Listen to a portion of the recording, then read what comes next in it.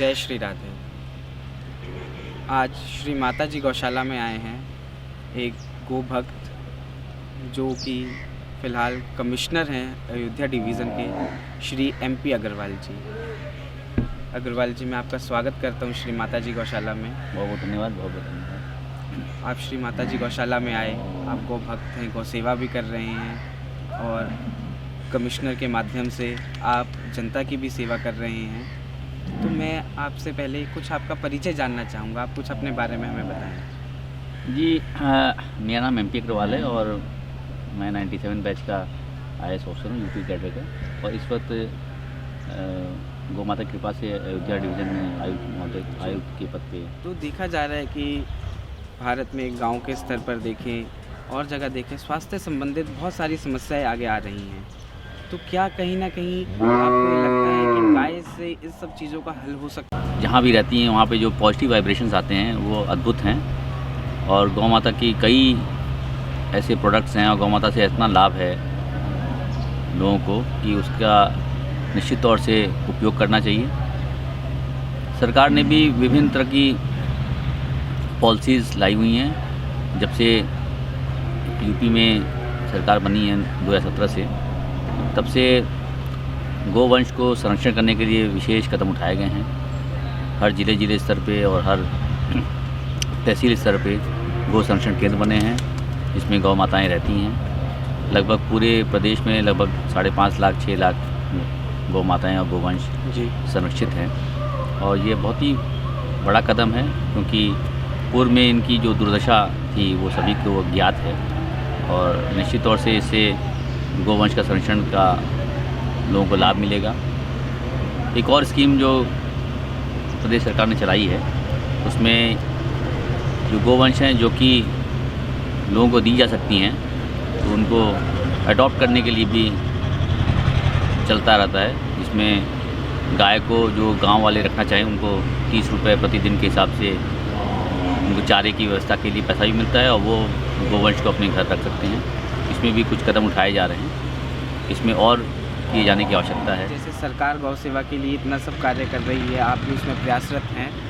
मैं ये एक चीज़ जानना चाह रहा था कि आपका कोई बचपन से कोई आपका अनुभव रहा या आपके साथ कोई ऐसा इंसिडेंस हुआ जिससे आपको गौ सेवा के प्रति प्रेरणा मिली?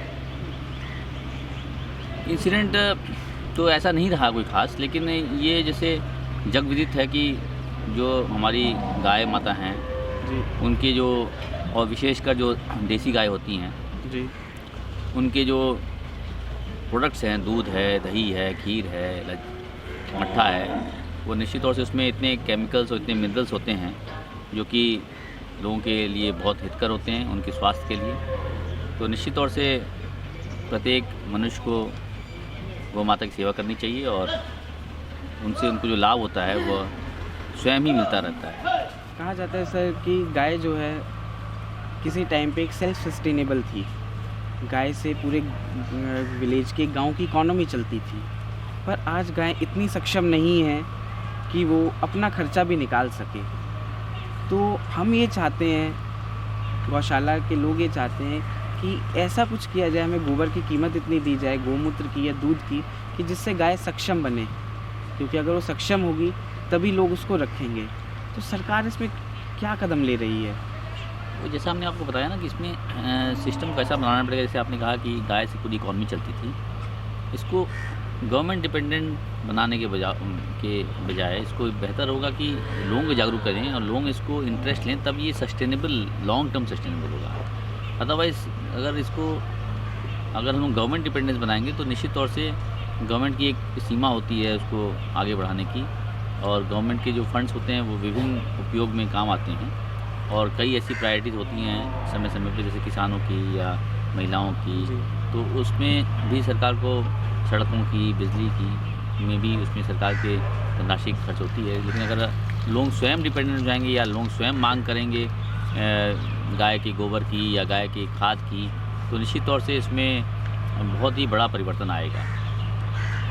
सर, आज आप मथुरा ज़िले में आए हैं और ये उत्तर प्रदेश की नहीं अपितु भारतवर्ष की एक ऐसी बड़ी गौशाला है कि एक ही कैंपस में 55,000 गौवंश है। तो अब गौशाला के बारे में आपको कैसा लग रहा है यहाँ पे आके? ये बहुत ही अच्छा लगा यहाँ पे आके। एक बार पहले भी हम यहाँ आ चुके हैं और यहाँ पे जो जो आप जो वातावरण है वो इतना शुद्ध है कि पूरे देश में हमको लगता है कि इससे शुद्ध वातावरण नहीं मिलेगा। यहाँ पे पहाड़ भी है, यहाँ पे हरी भरी आपके पेड़ भी हैं और गौ माताएँ इतनी प्रचुर मात्रा में हैं। तो ये बहुत ही बड़ा प्रयास है और मैं साधुवाद देता हूँ आप सभी को जो इतनी बड़े गौशाला को चला रहे हैं। और विशेषकर रमेश बाबा का जो संकल्प था उसके कारण ये यहाँ पे इतनी बड़ी गौशाला स्थापित हो पाई। बहुत ही बड़ा कदम है। निश्चित तौर से प्रशासन में रह के हमने पाया है कि गोवंश को संरक्षित करने में विभिन्न प्रकार की प्रैक्टिकल समस्याएं आती हैं, लेकिन आप लोगों ने एक साथ इतनी बड़ी गौशाला चला रहे हैं और ये सब जो है भक्तों के सहयोग से हो रहा है, ये बहुत ही बड़ी बात है। और मैं निश्चित तौर से चाहूँगा कि आपसे प्रेरणा लेके और लोग भी इस तरह की गौशालाएं स्थापित करें और आपकी स्वयं की गौशाला और तरक्की करे और गोवंश इसमें संरक्षित हों, तो ये मेरे को एक आत्मिक सुख देगा। बहुत अच्छी बात है, आपने गौशाला गौ माता के लिए कहा। क्या कोई अयोध्या में जैसे राम मंदिर का तो निर्माण हो रहा है, ये बहुत सुंदर बात है, तो अयोध्या में क्या कोई गौशाला को लेके भी प्रावधान है? अभी तो अभी तो सबसे बड़ी प्रायोरिटी मंदिर निर्माण ही है हम लोग का, और उसके अलावा वहाँ के विकास की बहुत बड़ी प्राथमिकता है कि किस तरीके से जो वहाँ पे टूरिस्ट आएंगे या जो भक्त लोग आएंगे उनको रुकने का, उनको कोई प्रकार की समस्या ना हो, आने जाने में दिक्कत ना हो, पार्किंग में दिक्कत ना हो, ट्रैफिक में दिक्कत ना हो, और वो आएँ तो उनको लगे कि ऐसी जगह वो आए हैं जहाँ पे सनातन धर्म का जो केंद्र बिंदु रहा है वहाँ पे वो आए हैं। और तो अभी प्रयास हम लोग का ये है कि किस तरीके से अयोध्या शहर विकसित किया जाए कि लोगों को आने में दिक्कत ना हो। लेकिन आपने जो ये कहा है कि गौशाला के लिए और गोवंश के संरक्षण के लिए क्या प्रयास किए जा रहे हैं, जो प्रदेश सरकार द्वारा प्रत्येक जनपद में प्रत्येक मंडल पे किए जा रहे हैं वो तो हो ही रहे हैं।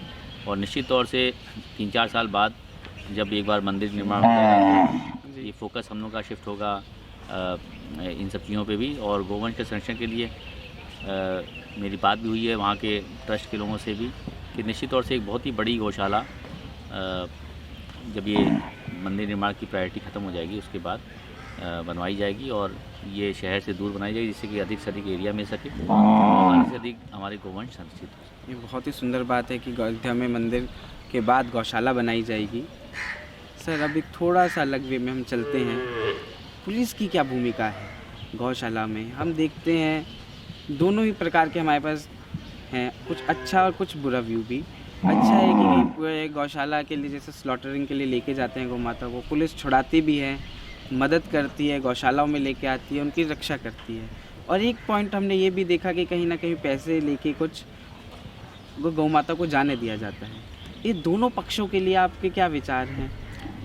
जैसा कि आप जानते हैं प्रदेश सरकार की बड़ी ही स्पष्ट इसके अंदर गाइडलाइंस हैं, निर्देश हैं कि कोई भी गोवंश को उनके साथ कटने के लिए नहीं अलाउ किया सकता। और इसमें काफ़ी बड़ा काम भी हुआ है। अन्यथा पहले कभी भी आपको गोवंश सड़कों पे टहलते हुए नहीं दिखती। अगर इतना अच्छा कदम नहीं उठाया जाता तो इतनी बड़ी संख्या में गोवंश जो संरक्षित हुई हैं, लगभग 5.5-6 लाख गायें हमारे यहाँ और गोवंश हैं पूरे प्रदेश में। और अगर ये कदम प्रदेश सरकार नहीं उठाई होती तो इन लोगों का हश्र क्या होता है ये सब आप समझ सकते हैं। जहाँ तक की बात है पुलिस के रोल का, तो प्रत्येक समाज में और प्रत्येक मनुष्य के अंदर दो तरह के लोग होते ही हैं जी। तो इसमें बिल्कुल हम पुलिस को नहीं दोष देंगे, लेकिन ये ज़रूर है कि कहीं पे भी संज्ञान में आने पे या उच्च अधिकारियों के संज्ञान में आने पे ये ऐसी हरकत कोई नहीं कर सकता। और प्रदेश सरकार इसके बारे में एकदम कटिबद्ध है कि किसी भी तरीके से गोवंश को नहीं कटना चाहिए और उनका संरक्षण होना चाहिए। योगी जी जो कि आज प्रदेश के मुख्यमंत्री हैं, वो खुद ही बहुत बड़े गो भक्त हैं और वो बहुत अच्छा कार्य कर रहे हैं गौ संरक्षण का। आपकी जैसे कभी योगी जी से बात हुई हो तो कभी गाय के विषय में भी कोई बात हुई आपकी? माननीय मुख्यमंत्री जी के आपने कई इंटरव्यूज़ देखे होंगे और कई बार उन्होंने कहा है, और ख़ुद भी जो है गोरखपुर में जहाँ पे उनका मंदिर है वहाँ पे खुद ही गाय का संरक्षण होता है, गाय रहती हैं और समय समय पे गाय के साथ वो अपना समय बिताते हैं और उन्हीं के प्रयास से ही ये सब हो पाया है आज की तारीख में प्रदेश सरकार में। अन्यथा इस पे कभी किसी ने विचार नहीं किया गौशालाओं के निर्माण के लिए, गौ संरक्षण के लिए। तो माननीय मुख्यमंत्री जी बहुत साधुवाद के पात्र हैं कि उन्होंने इतना बड़ा कदम उठाया और हमारे प्रदेश में गोवंश का संरक्षण हो सका। हमारी एक ऐसी भावना है कि गौ माता को प्रदेश और राष्ट्र से ऊपर ले जाके एक अंतर्राष्ट्रीय मंच पर खड़ा किया जाए, जहाँ पे कि लोग इसको सिर्फ एक दूध और गोबर का वो ना समझें, अपने परिवार का हिस्सा समझें। भारत में तो अब भी बहुत जगह गौ माता को अपने परिवार का ही हिस्सा समझते हैं, मानते हैं, पूजा भी करते हैं। तो इसके लिए क्या आपके विचार हैं कि अंतर्राष्ट्रीय मंच पे भी गाय को पूजा जाए? अब ये जो अंतर्राष्ट्रीय मंच पे पूजने की बात है वो समय के साथ ही धीरे धीरे आगे बढ़ेगी। आप सभी सुनते रहते हैं कि विदेशों में भी आजकल A1 गाय, A1 दूध की प्रचलन बढ़ गया है कि जो देसी गाय का दूध होता है जो शुद्ध माना जाता है, जिसमें विभिन्न प्रकार की मिनरल्स होती हैं। तो उसी प्रकार से सने ये अपने आप ही एक ऐसा रूप ले लेगा कि लोग इसकी गाय की महत्व समझेंगे और गाय को अपना मानेंगे। सर, आपने अपना इतना कीमती समय हमें दिया और गौ माता के महत्व के बारे में और सरकार की बहुत मुख्य योजनाओं के बारे में आपने हमें बताया। इसके लिए हम आपका बहुत बहुत आभार व्यक्त करते हैं। बहुत बहुत धन्यवाद। बहुत बहुत धन्यवाद। राधे राधे।